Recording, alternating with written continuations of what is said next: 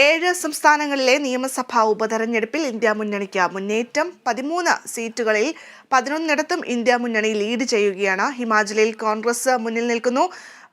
ബംഗാളിൽ തൃണമൂൽ കോൺഗ്രസും ലീഡ് ഉയർത്തുന്നു. പഞ്ചാബിൽ ആം ആദ്മി പാർട്ടിക്ക് നിർണായകം. വിവരങ്ങളുമായി അനുപ്രിയ ചേരുന്നുണ്ട്. അനു, ഈ ലോക്സഭാ തെരഞ്ഞെടുപ്പുമായി ബന്ധപ്പെട്ട് ഇപ്പോൾ ഇത് ഉപതെരഞ്ഞെടുപ്പിലേക്ക് കടന്നിരിക്കുന്നു. എന്തായാലും വോട്ടെണ്ണൽ ഇപ്പോൾ പുരോഗമിക്കുമ്പോൾ ഇന്ത്യ മുന്നണിക്ക് മുന്നേറ്റം ഉണ്ടാകുന്നു. നമുക്കറിയാം, ആ ലോക്സഭാ തെരഞ്ഞെടുപ്പുമായി ബന്ധപ്പെട്ട് നമ്മൾ കാണുമ്പോൾ ഇന്ത്യ മുന്നണി ഇങ്ങനെ NDAയും ഇന്ത്യ മുന്നണിയും ഒരു എന്താ പറയേണ്ടത്, ഒരു ഇഞ്ചോടിഞ്ച് പോരാട്ടം തന്നെയായിരുന്നു ഓരോ നിമിഷത്തിലും ഉണ്ടായിരുന്നത്. ഒരുപക്ഷെ ഈ ഒരു ഉപതെരഞ്ഞെടുപ്പ് നടക്കുന്ന ഈ ഒരു സാഹചര്യത്തിൽ പോലും അത്തരം ഒരു കാഴ്ച തന്നെയാണോ കാണുന്നത്? എങ്ങനെയാണ് വിശദാംശങ്ങൾ? ഭദ്ര, 13 മണ്ഡലങ്ങളിലെ 11 ഇപ്പോൾ ഇന്ത്യ സഖ്യമാണ് മുന്നേറ്റം നടത്തിക്കൊണ്ടിരിക്കുന്നത് എന്നൊരു വാർത്തയാണ് ഇപ്പോൾ വോട്ടെണ്ണലിന്റെ ഫലം കാണുമ്പോൾ നമുക്ക് വ്യക്തമാകുന്നത്. ബീഹാർ, വെസ്റ്റ് ബംഗാൾ, തമിഴ്നാട്, മധ്യപ്രദേശ്, ഉത്തരാഖണ്ഡ്, പഞ്ചാബ്, ഹിമാചൽ പ്രദേശ് എന്നീ 7 സംസ്ഥാനങ്ങളിലെ 13 മണ്ഡലങ്ങളിലാണ് ഇപ്പോൾ വോട്ടെണ്ണൽ പുരോഗമിച്ചിരിക്കുന്നത്. അത് ക്രമപ്രകാരം പറയുകയാണെങ്കിൽ ബീഹാറിലെ റുപാലി മണ്ഡലത്തിൽ JDU സ്ഥാനാർത്ഥിക്കാണ് മുന്നേറ്റം. പശ്ചിമ ബംഗാളിലെ 4 സീറ്റുകളിലായിരുന്നു ഉപതെരഞ്ഞെടുപ്പ് നടന്നത്. പശ്ചിമ ബംഗാളിലായിരുന്നു ഏറ്റവും കൂടുതൽ സീറ്റുകൾ ഉപതെരഞ്ഞെടുപ്പ് നടന്നത്. അവിടെ ഭരണകക്ഷിയായ തൃണമൂൽ കോൺഗ്രസിനാണ് മുന്നേറ്റം നടന്നിരിക്കുന്നത്. തമിഴ്നാട്ടിൽ ഭരണകക്ഷിയായ DMK-ക്കാണ് ഇപ്പോൾ മുന്നേറ്റം നടന്നുകൊണ്ടിരിക്കുന്നത്. PMK ആയിരുന്നു എതിർകക്ഷിയായ PMK ആയിരുന്നു. NDAയുടെ സഖ്യകക്ഷിയാണ് PMK. എതിർകക്ഷിയായിട്ട് മത്സരിച്ചത് PMK ആയിരുന്നു.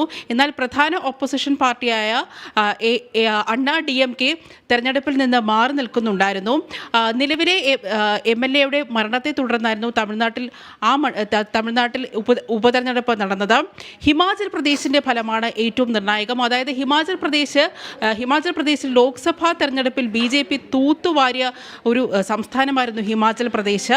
എന്നാൽ നിയമസഭാ തെരഞ്ഞെടുപ്പിൽ കോൺഗ്രസിനായിരുന്നു വിജയം. ഇപ്പോൾ ഉപതെരഞ്ഞെടുപ്പ് നടന്നപ്പോൾ കോൺഗ്രസ് ആണ് ഇപ്പോൾ ലീഡ് ചെയ്തുകൊണ്ടിരിക്കുന്നത്.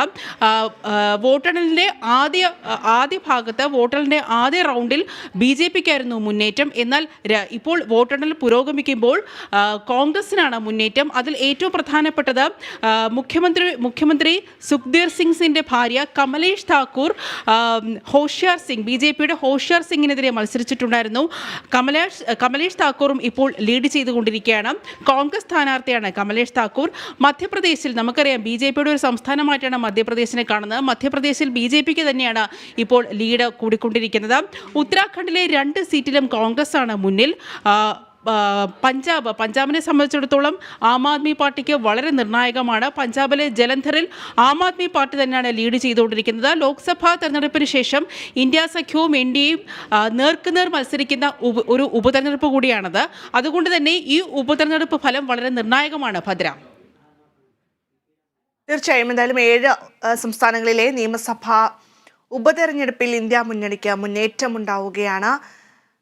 13 സീറ്റുകളിൽ 11 ഇന്ത്യ മുന്നണി തന്നെ ലീഡ് ചെയ്യുകയാണ്. ഹിമാചലിൽ കോൺഗ്രസ് മുന്നിൽ നിൽക്കുന്നു. ബംഗാളിൽ തൃണമൂൽ കോൺഗ്രസും ലീഡ് ചെയ്യുന്നു. പഞ്ചാബിൽ ആം ആദ്മി പാർട്ടിക്ക് നിർണായകമാവുകയാണ്.